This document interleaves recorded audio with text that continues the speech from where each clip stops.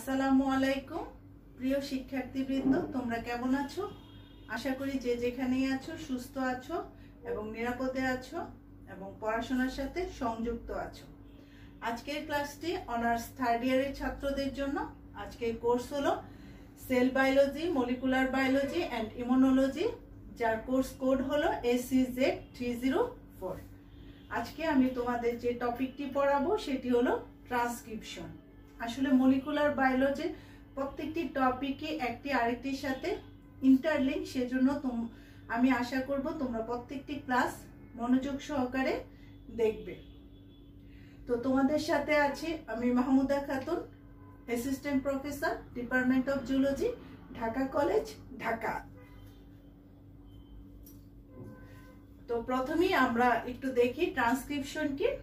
তো ট্রান্সক্রিপশন যদি আমরা ডেফিনেশনটি একটু দেখি, সেটি হলো the process of copying genetic information from one strand of the DNA into RNA is termed as transcription। আমরা জানি যে আমাদের যে জেনেটিক যে ম্যাটেরিয়াল সেটি ডিএনএ তে থাকে এবং যে পদ্ধতির মাধ্যমে ডিএনএ এর একটি সূত্রকে টেমপ্লেট বা ছাঁচ হিসেবে ব্যবহার করে আরএনএ তৈরি হয় তাকে ট্রান্সক্রিপশন বলা হয়। এক্ষেত্রে সাধারণত আমরা এমআরএনএ তৈরি হওয়াকে বুঝাই। তো the principle of complementary governs the process. আমরা ডিএনএ রেপ্লিকেশন পড়ার সময় অথবা যে ডিএনএ যে স্ট্রাকচার বা গঠন পড়ার সময় আমরা দেখেছি ডিএনএ যে সূত্র দুটি, সেই সূত্র দুটি সবসময় একটি বেস পেয়ারের একটি রুলস মেনে চলে এবং তাকে আমরা বলি পরিপূরক রুলস বা নিয়ম। যে নিয়মে এডিনিন সবসময় থায়ামিনের সাথে এবং গুয়ানিন সবসময় সাইটোসিনের সাথে সংযুক্ত হবে। তো এই ক্ষেত্রেও ডিএনএ এবং আরএনএ তৈরি করে তখন এডিনিন সেই রুলসটি ফলো করে। তবে এখানে একটি ব্যতিক্রম হবে, যেহেতু আরএনএ তে কোনো থায়ামিন থাকে না, সেই ক্ষেত্রে থায়ামিনের পরিবর্তে ইউরাসিল হবে, অর্থাৎ এডিনিনের সাথে ইউরাসিল সংযুক্ত হবে এবং সাইটোসিনের সাথে গুয়ানিন সংযুক্ত হবে। Unlike replication, only a single stranded fragment of DNA goes copied into RNA। আমরা ডিএনএ রেপ্লিকেশন পড়ার সময় দেখেছি যে ডিএনএ দুটি স্ট্র্যান্ড বা সূত্রকে ছাঁচ হিসেবে ব্যবহার করে এবং এই দুটি সূত্র থেকে নতুন করে দুটি ডিএনএ তৈরি হয়। তবে ডিএনএ থেকে যখন আরএনএ তৈরি হবে তখন শুধু মাত্র একটি সূত্রকে ছাঁচ হিসেবে ব্যবহার করবে এবং এই একটি ছাঁচের উপরই নির্ভর করে আমার এক সূত্র বিশিষ্ট আরএনএ তৈরি হবে। তো আরএনএ ট্রান্সক্রিপশনটি বোঝার জন্য তোমাদের একটি বিষয় সম্পর্কে ক্লিয়ার হতে হবে, সেটি হলো জিন এক্সপ্রেশন বা জিনের বহিঃপ্রকাশ। আমরা সবাই জানি যে আমাদের জেনেটিক ম্যাটেরিয়াল বা কৈলিক বৈশিষ্ট্য যেগুলো আছে সেগুলো ডিএনএ তে থাকে। তো সেই বৈশিষ্ট্যগুলো কিভাবে আমাদের দেহে প্রকাশ পায় এবং সেই বৈশিষ্ট্যগুলো আমাদের দেহের প্রকাশ পাওয়ার একমাত্র উপায় হলো প্রোটিন তৈরি হওয়া। অর্থাৎ ডিএনএ তে যে বৈশিষ্ট্যগুলা থাকে সেই বৈশিষ্ট্যগুলা জিনের মধ্যে থাকে এবং জিনের মধ্যে সেগুলা নিউক্লিওটাইড হিসেবে থাকে এবং নিউক্লিওটাইডের যে বেস পেয়ার, সেই বেস পেয়ারের মধ্যেই আসলে আমাদের যে জেনেটিক ম্যাটেরিয়াল বা কৌলিক বৈশিষ্ট্যগুলা লুকায়িত থাকে এবং সেগুলো প্রকাশ করার একমাত্র মাধ্যম হলো প্রোটিন তৈরি করা। জেনেটিক ম্যাটেরিয়াল বা কৌলিক বৈশিষ্ট্য সমূহ তাদের যে ফাংশনাল প্রোডাক্টে পরিণত করার জন্য তাকে দুইটা স্টেপ ফলো করতে হবে। তো প্রথম স্টেপ হলো ডিএনএ থেকে আরএনএ তৈরি করা, যাকে আমরা ট্রান্সক্রিপশন বলি, এবং পরবর্তী স্টেপ হলো এই আরএনএ থেকে প্রোটিন তৈরি করা, যা রাইবোজোমে ঘটে থাকে, যাকে ট্রান্সলেশন বা প্রোটিন সিনথেসিস বলা হয়। তো এই ছবিটির মাধ্যমে আমরা জিন এক্সপ্রেশন দেখতে পাচ্ছি। তো ডিএনএ থেকে যে আরএনএ তৈরি হয় সেটি হলো ট্রান্সক্রিপশন পদ্ধতির মাধ্যমে এবং এটি সাধারণত কোষের নিউক্লিয়াসে ঘটে থাকে এবং পরবর্তীকালে যে আরএনএটি তৈরি হয় এটি সাধারণত এমআরএনএ এবং এমআরএনএটি সে নিউক্লিয়াস অতিক্রম করে সাইটোপ্লাজমে চলে আসে এবং সাইটোপ্লাজমে রাইবোজোমের মধ্যে আসে এবং রাইবোজোমের সাহায্যে সে প্রোটিন তৈরি করে এবং আমাদের যে জিন এক্সপ্রেশন হয় অর্থাৎ আমাদের নির্দিষ্ট বৈশিষ্ট্যগুলো প্রকাশ পায়।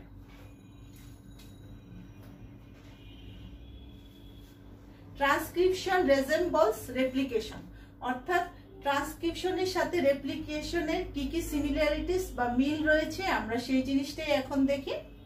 It's polarity direction of synthesis 5' to 3' direction. আমরা দেখেছি যে যখন রেপ্লিকেশন হয়, রেপ্লিকেশনের যে সিনথেসিস বা তৈরি হয় সেটি সবসময় 5' থেকে 3' ডিরেকশনে হয়ে থাকে এবং ট্রান্সক্রিপশনেও যে আরএনএটি তৈরি হয় সেটিও 5' থেকে 3' ডিরেকশনে হয়ে থাকে। রিকোয়ারমেন্ট অফ টেমপ্লেট, ডিএনএ তৈরি করার সময় আমাদের ছাঁচের প্রয়োজন ছিল এবং আরএনএ তৈরি করার সময় ছাঁচের প্রয়োজন হয়, তবে ডিএনএ তৈরি করার জন্য আমাদের দুইটি ছাঁচের প্রয়োজন হয় যেহেতু ডিএনএ দ্বিসূত্রক বিশিষ্ট বা দুইটি ডিএনএ তৈরি করতে হবে, কিন্তু আরএনএ যেহেতু এক সূত্রক বিশিষ্ট সেই ক্ষেত্রে ডিএনএর একটি সূত্রককে ছাঁচ হিসেবে ব্যবহার করে আরএনএ তৈরি হয়। Anti parallel orientation of DNA strand during transcription, অর্থাৎ ট্রান্সক্রিপশনের সময় যেই ডিএনএ যে স্ট্র্যান্ডটির উপর ছাঁচ হিসেবে ব্যবহার করে আরএনএ তৈরি হয়, আরএনএটি তার এন্টি প্যারালাল হবে, অর্থাৎ ডিএনএ যে স্ট্র্যান্ডটি সেটি যদি 3' থেকে 5' ডিরেকশনে হয়ে থাকে, আরএনএ যে নতুন স্ট্র্যান্ডটি তৈরি হবে সেটি 5' থেকে 3' ডিরেকশনে হয়ে থাকবে, অর্থাৎ তারা এন্টি প্যারালাল বা বিপরীতমুখী হয়ে অবস্থান করবে এবং এই ক্ষেত্রে আমাদের যে এনজাইমটি বড় ভূমিকা পালন করে সেটি হলো আরএনএ পলিমারেজ। আমরা এরপর আরএনএ পলিমারেজ সম্পর্কে জানব। তো ডিএনএ থেকে যখন আরএনএ তৈরি হয়, যে আরএনএটি তৈরি হয় তাকে আমরা বলি প্রাইমারি ট্রান্সক্রিপ্ট। তাকে আমরা ফুল আরএনএও বলতে পারি না, আসলে সেটি ম্যাচিউরড হয় না। পরবর্তীকালে সেই আরএনএটি বিভিন্নভাবে মডিফিকেশন হয় যাকে আমরা পোস্ট ট্রান্সক্রিপশনাল মডিফিকেশন বলি এবং এই প্রাইমারি ট্রান্সক্রিপ্ট বা প্রাইমারি আরএনএ পোস্ট ট্রান্সক্রিপশনাল মডিফিকেশনের মাধ্যমে ম্যাচিউর আরএনএ তৈরি করে। তো এখন আমরা দেখব transcription units and it types. একটি ট্রান্সক্রিপশন করার জন্য একটি যে ডিএনএ খণ্ডক, আসলে ডিএনএ খণ্ডককে ছাঁচ হিসেবেই তো ট্রান্সক্রিপশন হয়, সেজন্য যে অংশ ডিএনএ যে অংশটুকু ঘিরে ট্রান্সক্রিপশন হয় সেই অংশটুকে আমরা 3টা অংশে বিভক্ত করতে পারি।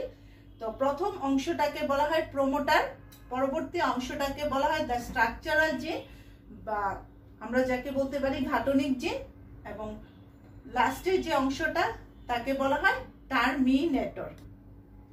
এখন আমরা দেখব যে আরএনএ ট্রান্সক্রিপশনের জন্য যে ডিএনএ অণুটি, সেই ডিএনএ অণুটির প্রোমোটার রিজন কি।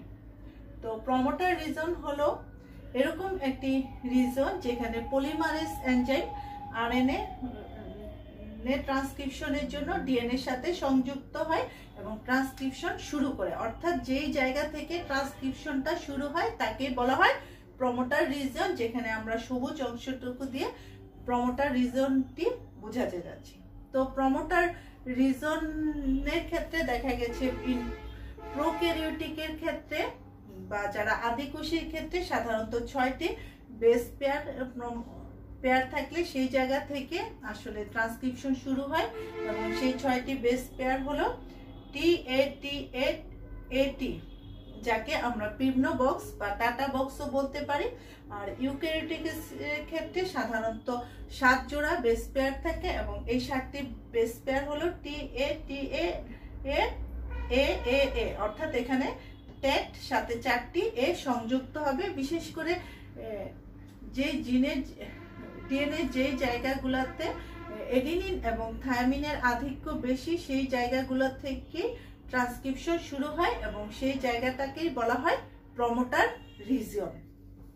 এখন আমরা দেখব স্ট্রাকচারাল জিন, area involved in transcription or formation of RNA, অর্থাৎ ডিএনএ যে অংশটুকুতে একটি জিন থাকে এবং সেই জিনের যে মেসেজ, সেই মেসেজটি আরএনএ বহন করে আনে, সেই জায়গাটুকি কি আমরা স্ট্রাকচারাল জিন বা ঘাটনিক জিন বলবো। তো এখানে আমরা যে গোলাপি অংশটুকু, সেই অংশটুকু দিয়ে স্ট্রাকচারাল জিন বুঝাচ্ছি। তো এখন আমরা দেখব সিস্টোন কি। সিস্টোন হলো segment of DNA involve in transcription, অর্থাৎ ডিএনএ যে অংশটা আসলে ট্রান্সক্রিপশনের সাথে ইনভলভ থাকে তাকে সিস্টোন বলা হয়। তো সিস্টোনের উপর ভিত্তি করে ট্রান্সক্রিপশন দুই ধরনের হতে পারে, একটি হলো মনোসিস্টোনিক আর একটি হলো পলিসিস্টোনিক। মনো মানে এক, এবং এটি সাধারণত ইউক্যারিওটিক সেল বা প্রকৃত কোষীতে দেখা যায়, আর পলিসিস্টোনিক মানে বহু, যেটি প্রোক্যারিওটিকে বা আদি কোষীতে দেখা যায়। তো আমরা প্রথমেই দেখছি যে মনোসিস্টোনিক যে ট্রান্সক্রিপশন ইউনিটটি, যেখানে একটি স্ট্রাকচারাল জিনের জন্য একটি প্রমোটার এবং একটি টার্মিনেটর রিজন যুক্ত থাকে, তাকে বলা হয় মনোসিস্টোনিক ট্রান্সক্রিপশন, যেটি ইউক্যারিওটিকে দেখা যায়। আর পলিসিস্টোনিক ট্রান্সক্রিপশন হলো এমন ধরনের ট্রান্সক্রিপশন যেখানে একের অধিক স্ট্রাকচারাল জিন থাকতে পারে এবং একের অধিক জিনের জন্য একই প্রমোটার এবং একই টার্মিনেটর রিজন দ্বারা যুক্ত থাকে, তাকে বলা হয় পলিসিস্টোনিক ট্রান্সক্রিপশন ইউনিট। তো আমরা এখানে দেখতে পাচ্ছি যে ল্যাক অপেরন যে জিনটি সেটি, তো সেই ক্ষেত্রে এই ল্যাক অপেরন যে স্ট্রাকচারাল হচ্ছে জিনটি, সেটি আবার তিন ধরনের প্রোটিন বা হচ্ছে এনজাইম তৈরি করে, যেটা ল্যাকটোজ মেটাবলিজমকে রেগুলেট করে। অর্থাৎ এখানে একই প্রমোটার এবং টার্মিনেটর দ্বারা এই তিনটি জিন যুক্ত রয়েছে।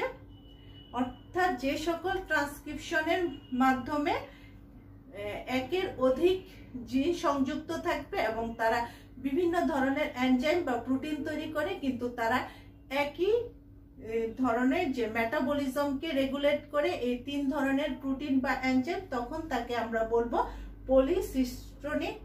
তো এটাকে আমরা একটি উদাহরণ সাহায্যে আরো সহজে বলতে পারি যে একটি যদি ক্লাসরুম বা হলরুমে যদি 4টি পাখা থাকে এবং 4টি পাখা যদি আলাদা আলাদা সুইচ দ্বারা ওপেন এবং বন্ধ হয়, তুমি অন করতে পারো এবং অফ করতে পারো, তাহলে তাকে বলা হয় মনোসিস্টোনিক। আর যদি এই 4টি ফ্যানকে যদি আমরা একটা সেন্ট্রাল হচ্ছে সুইচ দ্বারা অন অফ করি, তাহলে সেটিকে বলা হবে পলিসিস্টোনিক এই ট্রান্সক্রিপশন। তো এখন আমরা বলবো টার্মিনেটর রিজন বা টার্মিনেটর অঞ্চলটি কি। The reason of DNA molecule signals the termination of transcription, অর্থাৎ ট্রান্সক্রিপশন শুরু হলে তো তার শেষও হতে হবে, এবং যেই জায়গাতে গিয়ে আসলে ট্রান্সক্রিপশন শেষ হয় সেই জায়গাটাকেই বলা হয় টার্মিনেটর। তো এখন আমরা দেখব টেমপ্লেট স্ট্র্যান্ড এবং কোডিং স্ট্র্যান্ড। তো টেমপ্লেট স্ট্র্যান্ড হলো ডিএনএ যে স্ট্র্যান্ডকে ছাঁচ হিসেবে ব্যবহার করে একটি আরএনএ সূত্র তৈরি হয়, তাকে টেমপ্লেট স্ট্র্যান্ড বলা হয়।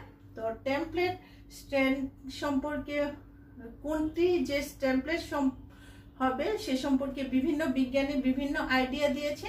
তবে আমরা যেহেতু দেখেছি যে আরএনএ ট্রান্সক্রিপশনের একটি রুল হচ্ছে সেটি সবসময় 5 প্রাইম থেকে 3 প্রাইম ডিরেকশনে হয়ে থাকে, তাহলে অবশ্যই তার টেমপ্লেট স্ট্র্যান্ডটি কি অ্যান্টি প্যারালাল হবে, অর্থাৎ টেমপ্লেট স্ট্র্যান্ডটি হবে 3 প্রাইম থেকে 5 প্রাইম মুখে অবস্থান করবে। তো বিজ্ঞানীরা আবার বলেছেন যে এই যে ডিএনএ যে দুটি স্ট্র্যান্ড, এই স্ট্র্যান্ড দুটির মধ্যে যার আণবিক ওজন বেশি সেটি টেমপ্লেট স্ট্র্যান্ড বা ছাঁচ হিসেবে ব্যবহার করে। তো সেই ক্ষেত্রে আমরা একটি চেনকে ভারী চেন বা হেভি চেন এবং অপর চেনকে হালকা চেনও বলতে পারি। তো এই টেমপ্লেট স্ট্র্যান্ডকে আবার সেন্স স্ট্র্যান্ডও বলা হয়। আর টেমপ্লেট স্ট্র্যান্ডের যে বিপরীতমুখী স্ট্র্যান্ডটি, অর্থাৎ ডিএনএ যে আরেকটি স্ট্র্যান্ড, তাকে কোডিং স্ট্র্যান্ড বলা হয়। যদিও সেটি হচ্ছে আরএনএ কোড করে না, তারপরেও এটিকে কোডিং স্ট্র্যান্ড বলা হয়। এর আরেকটি নাম হলো নন সেন্স স্ট্র্যান্ড বা সূত্র। তো তো এটিকে আসলে কোডিং স্ট্র্যান্ড বলার কারণ হলো এর যে হচ্ছে নিউক্লিওটাইড বেস বা যে বেসগুলো সেগুলো আসলে পুরোপুরি যে আরএনএ তৈরি হবে সেটির মতোই থাকবে, শুধুমাত্র থায়ামিনের জায়গায় ইউরাসিল হবে। তো আরএনএ ট্রান্সক্রিপশন আসলে যে এনজাইমটি দ্বারা হয়ে থাকে সেই এনজাইমটির নাম হলো আরএনএ পলিমারেজ, অর্থাৎ এটি একটি এনজাইমেটিক প্রক্রিয়া এবং যেই এনজাইমটি মুখ্য ভূমিকা পালন করে সেটিকে বলা হয় আরএনএ পলিমারেজ। এবং এই আরএনএ পলিমারেজকে আবার আমরা ডিএনএ ডিপেন্ডেন্ট আরএনএ পলিমারেজও বলতে পারি, কারণ ডিএনএর একটি স্ট্র্যান্ডকে ব্যবহার করেই তো এই আরএনএ পলিমারেজ আরএনএ তৈরি করে, সেজন্য আমরা একে বলি ডিএনএ ডিপেন্ডেন্ট আরএনএ পলিমারেজ, অর্থাৎ ডিএনএ নির্ভরশীল আরএনএ পলিমারেজ। তো ইউক্যারিওটিক কোষে সাধারণত 3 ধরনের আরএনএ পলিমারেজ থাকে, একটি হলো আরএনএ পলিমারেজ 1, আরএনএ পলিমারেজ 2 এবং আরএনএ পলিমারেজ 3। তো আরএনএ পলিমারেজ যেটি 1 সেটি সাধারণত হচ্ছে 28S রাইবোজোমাল আরএনএ, তারপর 18S রাইবোজোমাল আরএনএ এবং 5.8 রাইবোজোমাল আরএনএ তৈরির জন্য ব্যবহৃত হয়। অর্থাৎ আরএনএ পলিমারেজ 1 রাইবোজোমাল আরএনএ সংশ্লেষণের জন্য ব্যবহার করা হয়, আর আরএনএ পলিমারেজ 2 সাধারণত এমআরএনএ তৈরির জন্য ব্যবহার করা হয়, আর আরএনএ পলিমারেজ 3 সেটি সাধারণত টিআরএনএ বা ট্রান্সফার আরএনএ তৈরি করার জন্য ব্যবহার করা হয়। আরেকটি রাইবোজোমাল আরএনএও আরএনএ 3 দ্বারা তৈরি করা হয়, যাকে বলা হয় 5S আরএনএ, এবং এছাড়া SN আরএনএ যাকে বলা হয় স্মল নিউক্লিয়ার আরএনএ, সেটিও আরএনএ পলিমারেজ দ্বারাও তৈরি হয়, আরএনএ পলিমারেজ 3 দ্বারা তৈরি করা হয়। তো এখানে S হলো সেবারবার্গ ইউনিট, যেটা তোমরা আরএনএ যে টাইপস পড়ার সময় জেনেছো। তো ইন ইউক্যারিওটিক কোষে আরএনএ পলিমারেজ সাধারণত 3 ধরনের হয় এবং প্রত্যেকটা আরএনএ যে পলিমারেজ সেটি সাধারণত 10 to 15 পলিপেপটাইড চেইন, অর্থাৎ এই এনজাইমগুলো সাধারণত 10 থেকে 15টা হচ্ছে পলিপেপটাইড চেইন বা প্রোটিনের সমন্বয়ে গঠিত। আর প্রোক্যারিওটিক কোষ এর ক্ষেত্রে শুধুমাত্র একটি আরএনএ পলিমারেজ থাকবে এবং এই একটি আরএনএ পলিমারেজে সকল প্রকার আরএনএ তৈরি করবে। তো এখন আমরা দেখব ট্রান্সক্রিপশন বাবল বা ট্রান্সক্রিপশন যে বুদবুদ সেটি কি। RNA polymerase generates a transcription bubble which separates the 2 strands of DNA helix।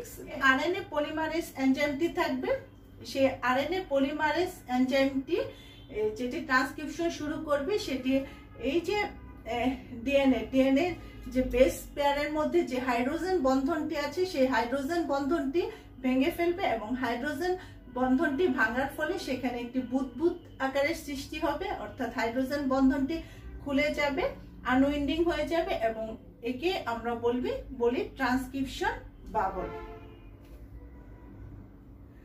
তো প্রসেস অফ ট্রান্সক্রিপশন, তো ট্রান্সক্রিপশনের যে প্রসেস সেটি আমরা যদি একটু বিশদভাবে দেখি সেটি সাধারণত 2টা স্টেপে হয়। প্রথমে সেটি ডিএনএ থেকে প্রাইমারি আরএনএ তৈরি হয়, যাকে আমরা প্রাইমারি ট্রান্সক্রিপ্ট বলে থাকি। পরবর্তীতে এই প্রাইমারি ট্রান্সক্রিপ্টটি বা আরএনএটি পোস্ট ট্রান্সক্রিপশনাল মডিফিকেশনের মাধ্যমে ম্যাচিউর আরএনএ তৈরি করে।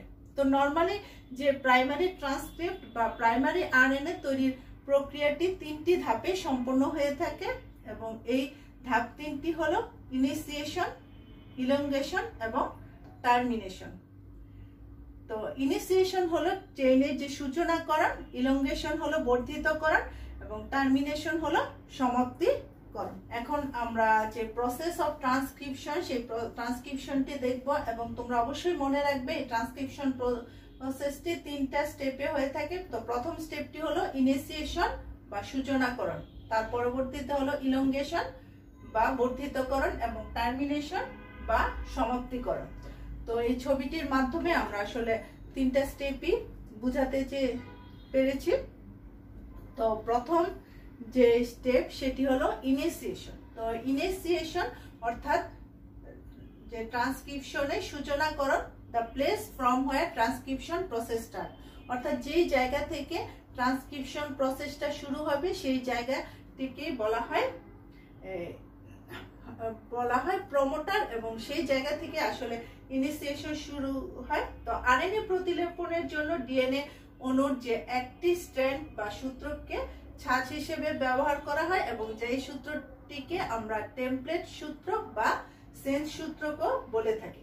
তো এই যে এই সূত্রটির উপর একটি এনজাইম এসে যুক্ত হয়, যে এনজাইমটিকে আমরা বলি আরএনএ পলিমারেজ, অর্থাৎ ডিএনএ ডিপেন্ডেন্ট আরএনএ পলিমারেজ।